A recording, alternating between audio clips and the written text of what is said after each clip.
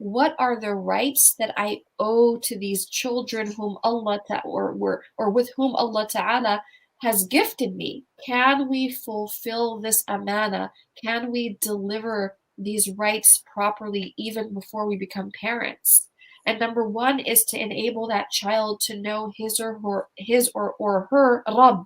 Can we do that? And of course, that goes back to what is our relationship with Allah subhanahu wa ta'ala? Because if we don't know who we are as believers, if we do not understand what is our relationship with Allah ta'ala, it's going to be very difficult for us to transmit that to our children. So the message from these 10, the first two, is I need to know who's Allah before I become a mother, or for the men to become father. Because if I don't know who is He, how am I going to teach my children?